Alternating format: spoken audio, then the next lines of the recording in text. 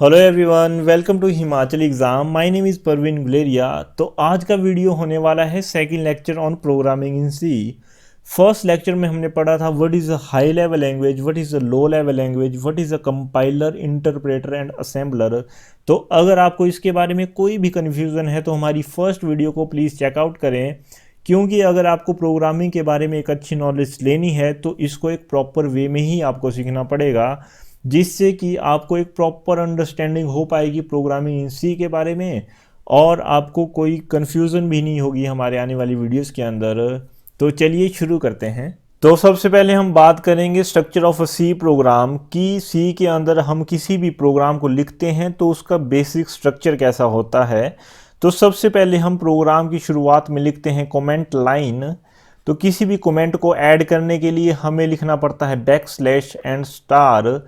तो मान लीजिए मैं एक प्रोग्राम लिखता हूँ addition of a two number, तो यहाँ पे लिखूंगा मैं addition of a two number, जो हमें बताएगा basic introduction of a program addition of a two number कि ये प्रोग्राम किस बारे में है।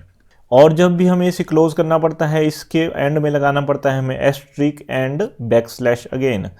तो इसके बाद हम ऐड करते हैं प्री प्रोसेसिव डायरेक्टिव्स। ये होती हैं हमारी कुछ हेडर फाइल्स, जो प्री डिफाइंड हेडर फाइल्स हैं। इन्हें हमें इंक्लूड करना पड़ता है अपने प्रोग्राम की शुरुआत में, ताकि इन प्रोग्राम्स के अंदर जो प्री डिफाइंड फंक्शंस हैं उनको हम यूज़ कर सकें अपने प्रोग्राम के अंदर।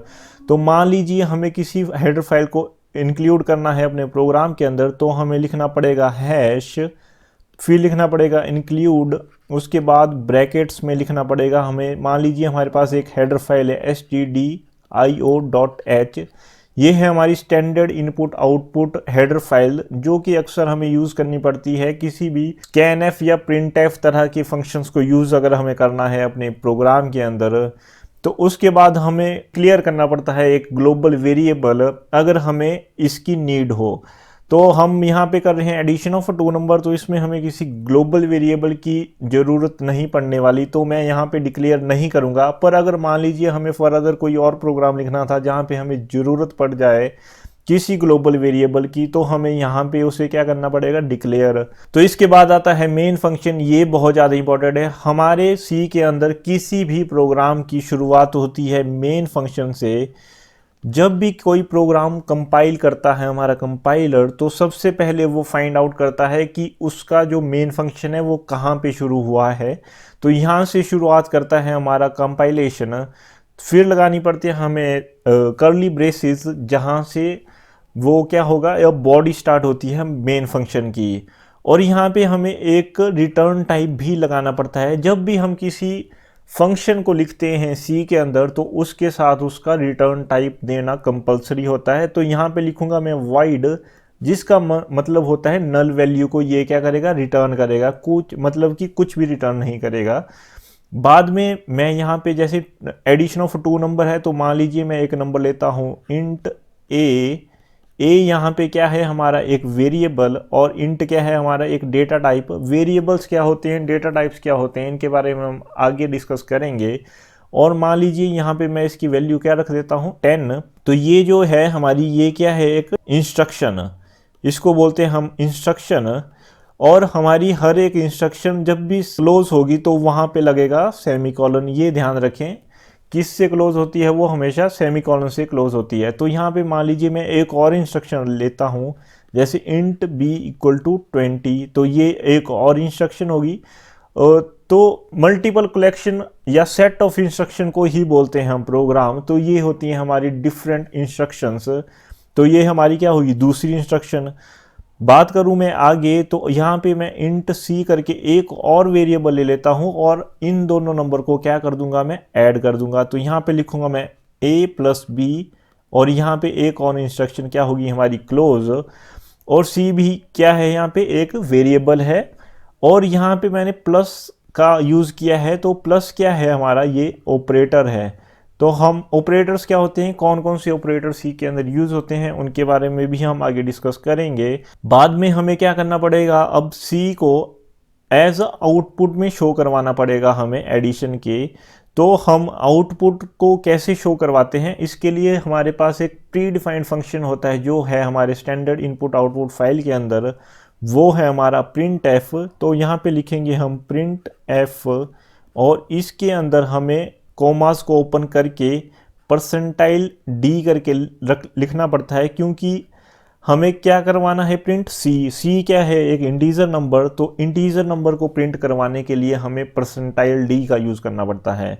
और फिर यहाँ पे कोमा ऑफ करके यहाँ पे हम सी को ऐसे लिखते हैं और यहाँ पे भी सेमी कॉलन से ये एक और इंस्ट्रक्शन हमारी क्या हो जाएगी, क्लोज हो जाएगी। और फिर ये बन चुका है हमारा एक एडिशन का प्रोग्राम। तो जब भी हम किसी प्रोग्राम को क्लोज करते हैं तो वहाँ एंड में लिखना पड़ता है हमें एक फंक्शन का नाम जो है गेट सी एच, जो कि हमारी आउटपुट पेज होगा उसको होल्ड करके रखने के काम आता है। और इसके बाद हम इन कर्ली ब्रेसेस को यहाँ पे कर देंगे ऑफ। तो ये बन चुका है हमारा एक एडिशन ऑफ अ 2 नंबर का एक प्रोग्राम। तो इस तरह से हम लिखते हैं किसी भी प्रोग्राम को अपने सी के अंदर। और यहाँ पे बात करूँ मैं लोकल वेरिएबल्स की, तो ए और बी हमारी यहाँ पे क्या है, एक लोकल वेरिएबल जो कि एक्सेसिबल होंगे सिर्फ इन कर्ली ब्रेसेस के अंदर ही। जिसके अंदर जो वेरिएबल डिक्लेयर होगा उन कर्ली ब्रेसेस के अंदर ही उन्हें एक्सेस किया जा सकता है। बट जो ग्लोबल वेरिएबल होंगे वो एक्सेस हो सकते हैं हम एक पूरे प्रोग्राम के अंदर कहीं पे भी। बस यही डिफरेंस होता है हमारा लोकल वेरिएबल के अंदर और ग्लोबल वेरिएबल के अंदर। और स्टेटमेंट्स क्या होती हैं हमारी, इन्हीं को हम स्टेटमेंट्स भी बोलते हैं सी के अंदर, या इंस्ट्रक्शन भी बोलते हैं इनको। और इसके बाद यहाँ पे हमारा जो है ये प्रोग्राम क्लोज हो जाता है। और यहाँ पे लिखा मैंने यूज़र डिफाइंड फंक्शन। मान लीजिए मैं यहाँ पे इस प्रोग्राम को फंक्शन के थ्रू करता, और फंक्शंस क्या होते हैं, कैसे उनका यूज़ करते हैं, यूज़र डिफाइंड फंक्शन को किस तरह से डिक्लेयर किया जाता है, उसके बारे में हम फर्दर डिटेल में डिस्कस करेंगे। बस इस प्रोग्राम से आपको एक बेसिक नॉलेज मिली होगी कि हम सी के अंदर किस तरह से किसी प्रोग्राम को राइट कर सकते हैं, और आपको हेल्प करेगा ये खुद से कोई प्रोग्राम लिखने के लिए। तो बात करते हैं आगे। तो आगे हम डिस्कस करेंगे what is a character set. Character set क्या होता है हमारा सी के अंदर। तो जैसे मैंने आपको फर्स्ट वीडियो में बताया था, अगर आपको प्रोग्रामिंग के बारे में सीखना है तो सबसे पहले आपको प्रोग्रामिंग के अल्फ़ाबेट्स डिजिट्स की नॉलेज होनी चाहिए कि कौन कौन से अल्फ़ाबेट्स और डिजिट्स यूज़ होते हैं हमारे सी के अंदर। तो बस वही अल्फ़ाबेट, डिजिट और स्पेशल सिंबल्स की जो कलेक्शन है उसे हम बोलते हैं character set. A character denote any alphabet, digit और special symbol use to represent information. Valid alphabet, number and special symbols जो यूज़ होते हैं हमारे सी के अंदर। तो यहाँ पे हमारे पास यूज़ होते हैं अल्फ़ाबेट्स जो कि हैं ए से लेकर जेड तक, नॉर्मल ABCD जो हमारी यूज़ होती है, बिग ABCD और स्मॉल ABCD। डिजिट्स के तौर पर हमारे पास यूज़ होते हैं यहाँ पे 0 से 9 तक के डिजिट्स। सिंबल्स में हमारे पास different type of symbols use होते हैं जिनकी नॉलेज आपको धीरे धीरे फर्दर आगे होगी। जैसे कि हैश हमारा यूज़ होता था किसी हेडर फाइल को इंक्लूड करने के लिए प्रोग्राम के अंदर, और इन ब्रैकेट्स का यूज़ होता था हमारा किसी फंक्शन की डिक्लेरेशन के लिए। वैसे ही इन सभी का एक डिफरेंट टाइप से यूज़ करते हैं हम सी के अंदर, जो कि आपको ज़्यादा नॉलेज होगी जब हम ऑपरेटर्स के बारे में डिस्कस करेंगे। The alphabet, number and special symbol when properly combined for constant variables and keywords क्या होते हैं, इनके बारे में थोड़ा मैं आपको बता दूं। तो अब हम बात करेंगे what is a identifier. Identifiers क्या होते हैं सी के अंदर।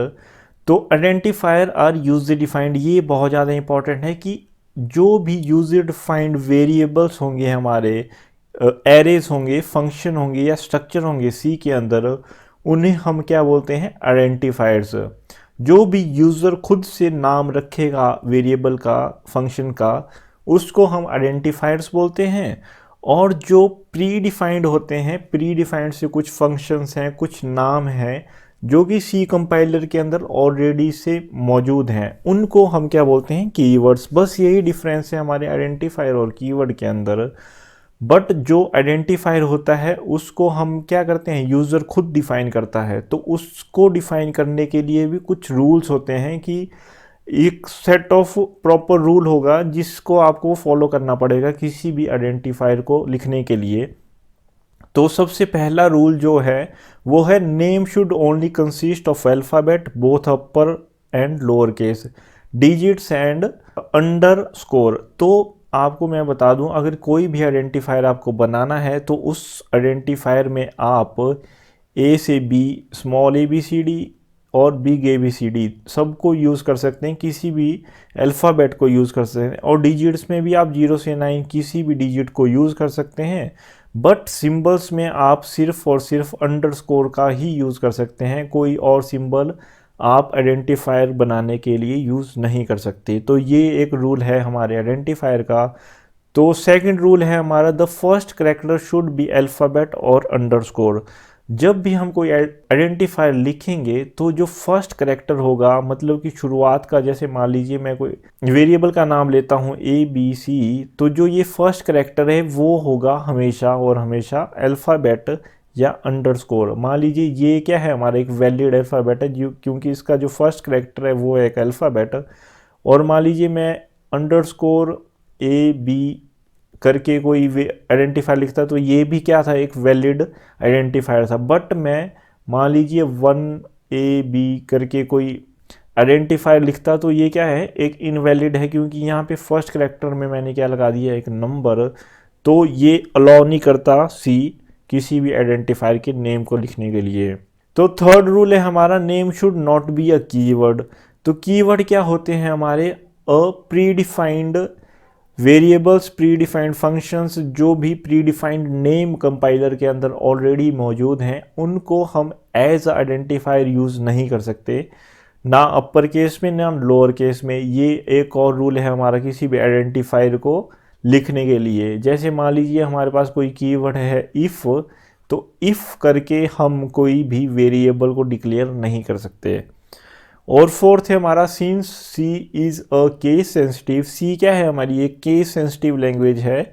The upper case and the lower case consider differently. जो अपर केस लेटर होगा, मान लीजिए मैं ABC लिखता हूँ और ABC लोअर केस में लिखता हूँ, तो इन दोनों को डिफरेंटली ट्रीट करेगा हमारा C का कंपाइलर कि ये क्या है, एक अलग चीज़ है, ये क्या है, एक अलग चीज़ है। फॉर एग्जांपल कोड और कोड, यहाँ पे मैंने एक एग्जांपल लिया हुआ है, इन दोनों को एक डिफरेंटली ट्रीट करेगा हमारा कंपाइलर। और लास्ट रूल है हमारा, identifiers are generally given in same meaningful name such as value.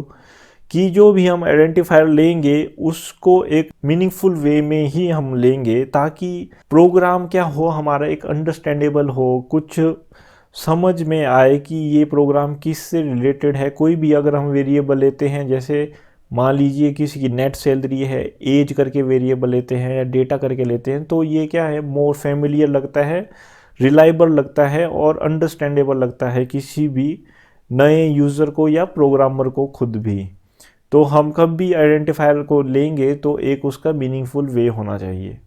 तो ये थे कुछ रूल हमारे आइडेंटिफायर्स के, उम्मीद करता हूँ आपको समझ आया होगा। तो अब हम बात करेंगे कीवर्ड्स क्या होते हैं हमारे C के अंदर। तो कीवर्ड के बारे में मैंने आपको बताया है, जो कि प्री डिफाइंड होते हैं। There are certain word reserved for doing special task, जो कि हैं रिजर्व कर दिए गए हैं कुछ word for doing a special task, जिनका हर एक का एक अलग अलग काम होगा। These words are known as reserve word और keyword. These words are predefined and, ये क्या है, पहले से ही डिफाइंड है, and always written in lower case और स्मॉल लेटर्स, और इनको हमेशा किस में लिखा जाता है, लोअर केस में लिखा जाता है। These keywords can not be used as a variable name, variable name के थ्रू ऐसे इन वर्ड्स को यूज नहीं किया जा सकता। Assigned with fixed meaning, some examples are int, short. ये सारे क्या हैं हमारे कुछ एग्जाम्पल हैं कीवर्ड्स के। बहुत सारे कीवर्ड्स होते हैं हमारे C के अंदर, जैसे डेटा टाइप है हमारा int, short, signed, unsigned, default, volatile, float, long, double, break, continue. इन सब का एक डिफरेंट काम है, टास्क है, स्पेशल टास्क है हर एक चीज़ का। इन सब के बारे में आपको नॉलेज होगी धीरे धीरे, जैसे जैसे आप C के बारे में पढ़ते जाएंगे। तो आज की वीडियो में बस इतना ही। थैंक यू फॉर लिसनिंग भी। अगर आपको मेरा ये वीडियो अच्छा लगा हो तो प्लीज़ हमारे चैनल को सब्सक्राइब करें, मेरी वीडियो को अपने दोस्तों के साथ शेयर करें। तो मिलते हैं अगली वीडियो में।